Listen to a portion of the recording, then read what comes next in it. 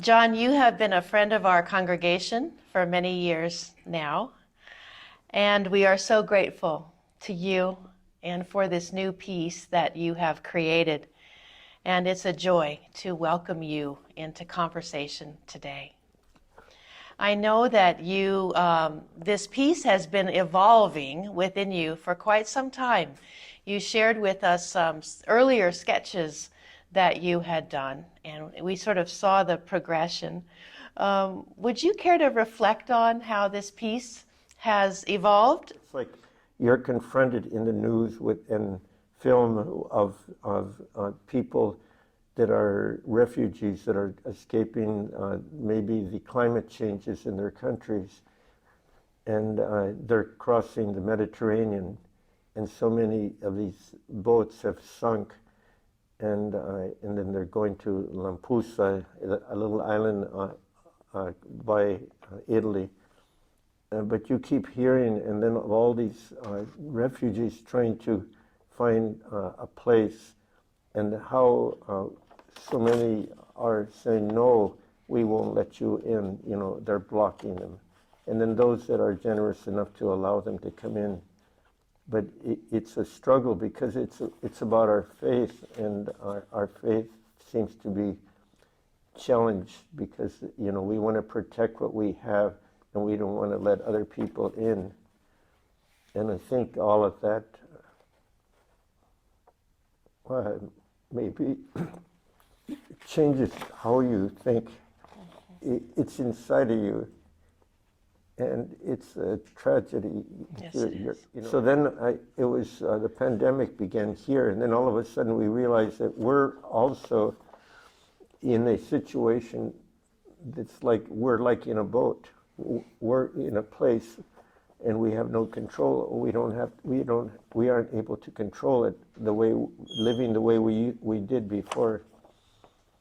Then it was just about Lent, and I'd read this beautiful quote by Pope Francis. She can see all the tragedy at that time. Italy was just devastated with all these coronavirus deaths. Yes.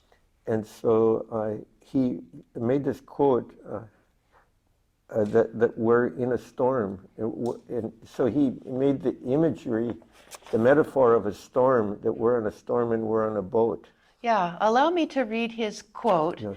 And then add a second one that I know that both of these were formative to you in thinking about this piece in this time. So Pope Francis said, "We are caught off guard by an unexpected turbulent storm. We have realized that we are on the same boat, all of us fragile and disoriented, but at the same time important and needed, all of us called to row together, each of us in need of comforting the other. On this boat are all of us. We cannot go on thinking of ourselves, but only together can we do this." And then you tied that into a quote from John Lewis, who wrote in 2012 Across the Bridge. He said, "We are one people, one family, the human family, and what affects one of us affects us all." Can you say a little more, John, about how those two things, the pandemic and then the witness of John Lewis, sort of came together for you at this time as you were working on the storm? I knew about John Lewis, so it's almost like you go your past, your life, and things that you've read, people that you've encountered in reading and maybe hearing, and they are part of you. They become part of you, and so somehow they will be manifested in beyond your control. It's almost like you, at the moment that's ready, they'll influence you. Yeah. And so it's not just the Pope's writing; it helped, but I think there were so many other people that that you can see compassion and caring for other people, and that it's a struggle. I mean, it takes kind of bravery and a lot of power and spiritual power, grace to move forward. And so when John Lewis was crossing the bridge with the other people crossing the bridge in Selma, he was beaten terribly and almost died, and he was taken to a hospital. And I was telling you that the hospital was run by the Sisters of St. Joseph, who also are here, and they're a remarkable order. And they had the only hospital that was integrated. And so they brought all these people that were damaged, that were harmed on the bridge, that were terribly beaten, and they were in this place. And so they called us, the little parish priest. They said, "Come over. This is like a field hospital. We've turned every room into a place to take care of. We've got so many people. Come and help us." And so the priest went there, and he was aghast when he saw John Lewis, because his head was partially cracked open, and it moved him from there on. Before he was for the civil rights, but he was afraid to be too involved because of it being right in the Montgomery and Selma. Yeah. And so he joined the group, but he worked and helped him, John Lewis. And so those ideas stay with me, and you see people acting out the grace and the gospel. Yeah. Yes, we do. And so then I wanted to link it with what Pope Francis is saying. We can't do it unless everyone gets in and pitches in. We can't keep thinking of ourselves, but we have to. But only together will we be able to make the changes. Yes. Now that I'm 82, it's it's harder to get started. And I started with a smaller work, a smaller painting, but it was so small I couldn't get very good details, and I kept adding ideas and trying. Then I said, well, I have to do this again, do it larger so I can really go into it. Yeah. And and also wanting to put not only gray and dark, but also there's elements of the rainbow, and it was more impulsive to bring color into it, so it wouldn't be so monochromatic, because I'm used to putting lots of color in my artwork. Yes, you are. So then I put it in there, and I thought it was subtle, but then it became more brilliant, and it becomes like a rainbow. So sometimes you see that clouds, and when they're forming, they have these beautiful colors. Yeah. So this is more imaginary. It's not, supposed to be realistic, but that there's possibility of clearing up and rainbow. That's beautiful, John, because that was something I was going to ask you about, because some of your other pieces, like I looked back, an entry into the city has clouds that are very dark and ominous. And in contrast, I was struck by what you just described, that these clouds have so much color. And from a different perspective I was thinking of colors of like the fiesta even, sort of a joyfulness almost in your colors in the clouds, these clouds. So to hear you describe it as a rainbow in a way, and showing forth some joy, I think you're saying, in the midst of it all. Well, I don't know if it's joy, but it's just a natural part of, when after a rain, or even when it's raining and certain parts have sun, there's this beautiful rainbow. Yeah. But I've done strange cloud scenes, like in the Psalm 85. I don't know if anyone ever sees the Psalm 85. It has these real luminous clouds with all kinds of colors, and then the other one called The Fisherman, and it has many brilliant clouds. Yeah. maybe I'm afraid that just doing my drawing and the people in the boat wouldn't draw the attention of people. So then I thought, well, I add some color that will bring them to look at it more carefully. But it's interesting. That part was the most difficult. Originally, it was just supposed to be, just clouds with this beautiful voluminous quality. And I kept trying, and I couldn't get it right. That's why. But all of that was done with stencils and spattering. I have all these stencils that I cut out, and then I was trying them out. But the first painting that you'll show, you'll see it wasn't quite right, and so that's when I did it bigger. I kept trying. And I did a lot of handwork in it to create this gradation. Color, yeah. But it was more, and also the people had really bright colors. And I was thinking about people from the Mediterranean, the Africans and the North African families that are fleeing. But even all the people now we have all the people from Central America that are coming up, and they also use a lot of bright colors in their way of living. Yes, we see that in your work, and it's interesting how it gets portrayed here too. Yeah, but so it's not just the boats in the Mediterranean. We have all these climate refugees, the people that are escaping the droughts and the weather changes. And also the violence that are in those countries, and then you realize that they are also like on a boat on a storm, and they're in a place where they have that seems like everything's being cut off, and then that's when we keep thinking, how is God's grace? How will it work out, and how do we fit into it?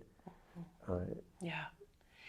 So let me ask you, as I was looking at this at one point, just kind of letting it be in my heart and imagination, I wanted to ask you, are the people in the boat fleeing something, or are they going towards something? Or maybe both. But I just wondered how in your mind, what was that movement? I think that they're looking for a place that they would be able to, a place that they could feel safe. And so it could be both, they're fleeing, maybe they can't grow food because of drought, or there's so much upheaval. So they're trying to flee from violence, and they're also trying to find a place. So there's both. Both, yeah. And I recommend a film called The Human Flow by Wei Wei, the Chinese painter that did this excellent documentary on immigration and migration. And I think that influenced me a lot, that film. Okay, thank you. Let me ask you, as I was looking at it, in the front, the bow of the boat, there's a man with an oar, but right by him, it looks to me like a child, and it looks to, with the green, and it looks to me like the child is pointing forward. Now, is that something I'm reading into it, or is there something that you were thinking about? Well, I mean, the whole thing is I was thinking about, as I was doing it, I was adding things, but I don't know how intentional it is. It's almost like you want to put elements that people would understand, or they could see, that are like storytelling, narrative qualities, also I wanted to put more detail so that they look like people, and they had more dark depth of color. So that, I didn't want them to be Anglos. I wanted to be more like people of color, and they didn't turn out to be so African, unfortunately. But but it would be like the whole world is in this boat. I mean, the COVID is all over the world, and immigration is happening all over the world where there's no food or there's no work, and how we rethink everything so that it starts to do. We can make the world much better than it is, but it's a thought process that we have to make those changes. Yeah. But the little boy, in a way, I wanted to have something where it wasn't totally oblivion, that there was some place, there was a land, or some place that they would be safe from the storm. Yeah. Yeah. Let me ask you a different kind of question. You, in referring to this piece, you cite verses from Mark and the story of the Gospel of Mark and the story of the storm. And the way Mark tells the story, he says that Jesus was asleep in the bow of the boat. So a question for you is, in your faith perspective, do you see Jesus in the boat? Or maybe another way to ask it is, where is God in this picture? Well, there's three answers, or four or five, but one is that it would have been good to have someone sleeping in the back of the boat. And how would you portray God? How would you portray Jesus? In this kind of setting, it looks like the idea is that everyone participates, everyone jumps in. Yeah. So I didn't want to, but that was more of a test that Jesus was putting them through, and they were just on the boat. They didn't think about that. It wasn't like they were fleeing to survive. Well, there's a beautiful sculpture. His name is Schmaltz, I think. Schmaltz. He's a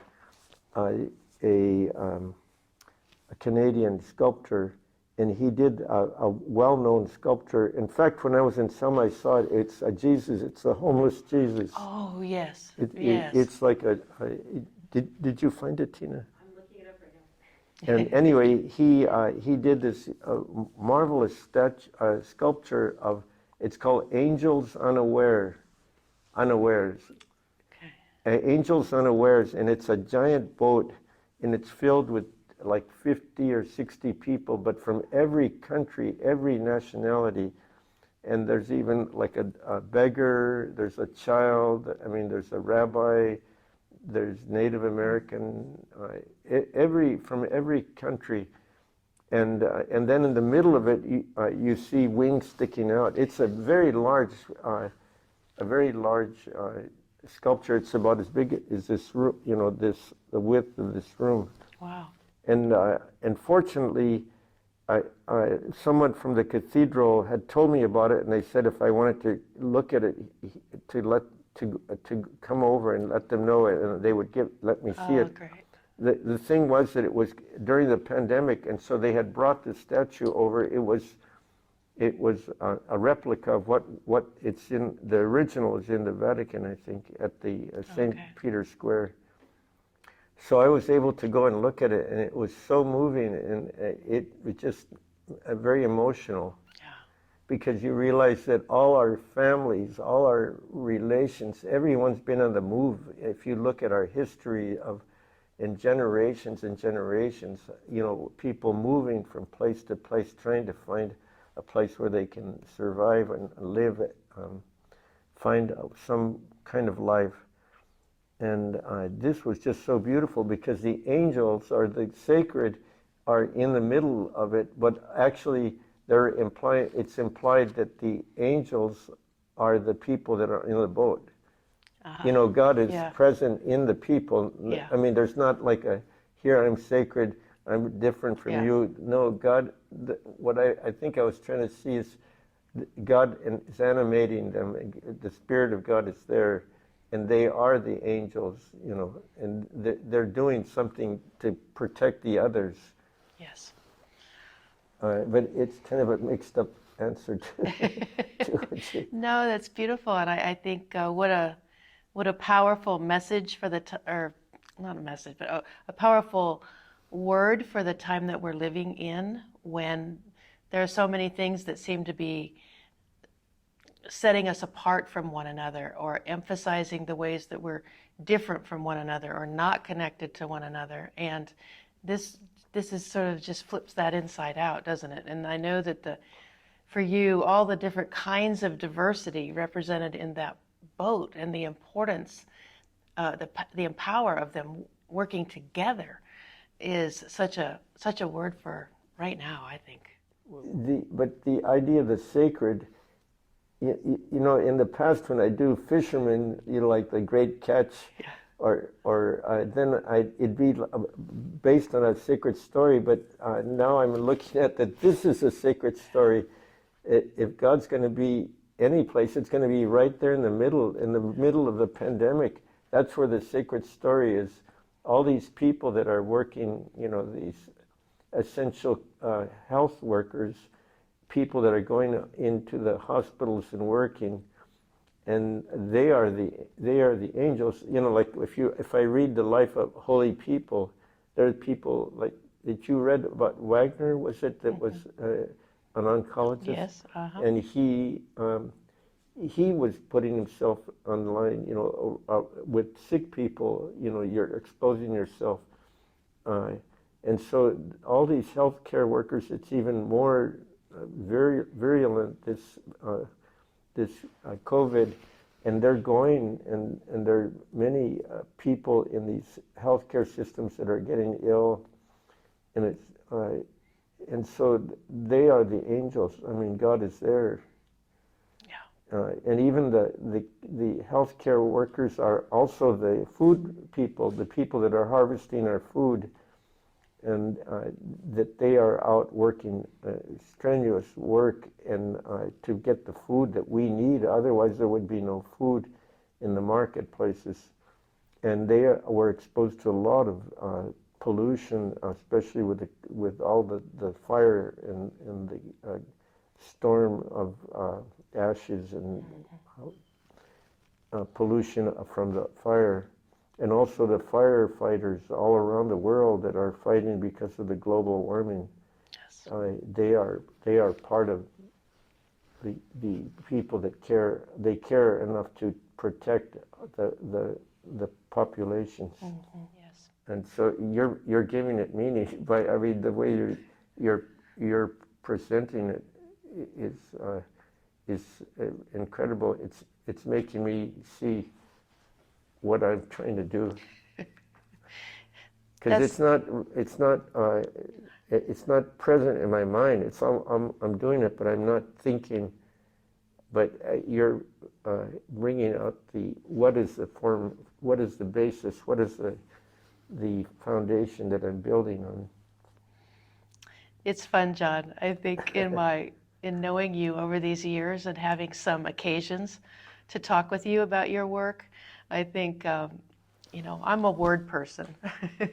You're the visual artist, and to me, it's very fun to see where those worlds sort of intersect and how we can inspire one another. And that's to me, that's part of the excitement. Yeah, I was real worried. I thought, oh my gosh, what am I going to tell her? What can I say? Well, it's a picture, and it's a boat, and people are rowing to survive. But then now, after talking to you, but actually, you made me think all these things that are influencing, that they don't just happen, that you build on, and especially visual. I'm not such a good wordsmith. Oh, that's an interesting story. These people came over to my house and they said, well, they were looking at my work and they said, well, can you explain all this to me? I said, what? I said, no, you better go home now. Listen, the only reason I'm doing artwork because I wasn't good with explaining anything. I was a bad writer. I was a bad, ability to explain things in school. I failed, and that's why I'm doing the artwork, because it's easier for me to do it this way than to try to explain it. That's beautiful, John. And you had some worries coming into this. My worry was I overthinking it? And so I sort of wrestled with it myself, asking some of those questions. But one of the things that I do want to share with you, we've been now starting to share the piece within the congregation, and I can really tell you that as people are seeing it and engaging with it, they're really intrigued that notion of being together and the importance of being together comes through so strongly. And also it's giving them, this piece has helped giving them, it renews their spirit of resilience and perseverance and hope in these times that are difficult, and sometimes people kind of get beaten down by everything that they're hearing and all that's going on. And the piece is already being for them a kind of sense, something that lifts them up and helps them keep going. And that's a huge thank you to you and all you do. Thank you for saying that. It's interesting to hear and important for me to hear, and maybe appreciative to God for letting me have that gift to be able to do this, because I kept working on it and I kept saying it's not good enough. I kept working on it, and then we started to make the print, and we had to do many changes to make it more rich and beautiful, and details showing up, and we went through a lot of proofings.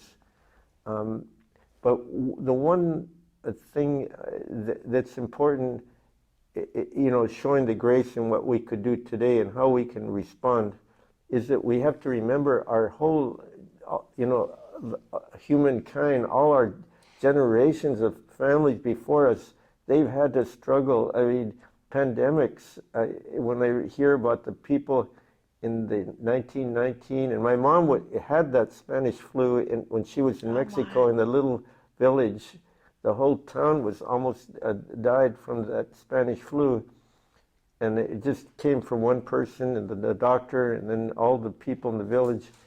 But you realize that that pandemics and the bubonic plagues and floods and fires, and people have struggled, and what we can't give up. There's with our faith, I think that we can get the strength and resilience to be there for other people, and that's what makes us who we are, people, and God's family. Yeah. Thank you, John. I'm sure we could keep going for a long time, but I want to thank you for coming to be with us today and to share from your heart and from that creative process and from your faith. And thank you for this piece that is a gift to us all. We are one people, one family, the human family, and what affects one of us affects us all. Mm-hmm. And the Pope said, "We are caught off guard by an unexpected, turbulent storm. We have realized that we are on the same boat, all of us fragile and disoriented, but at the same time important and needed. All of us called to row together, each of us in need of comforting the other. On this boat are all of us. We cannot go on thinking of ourselves, but only together can we do this." Thank you. Thank you. Thank you, John. Thank you.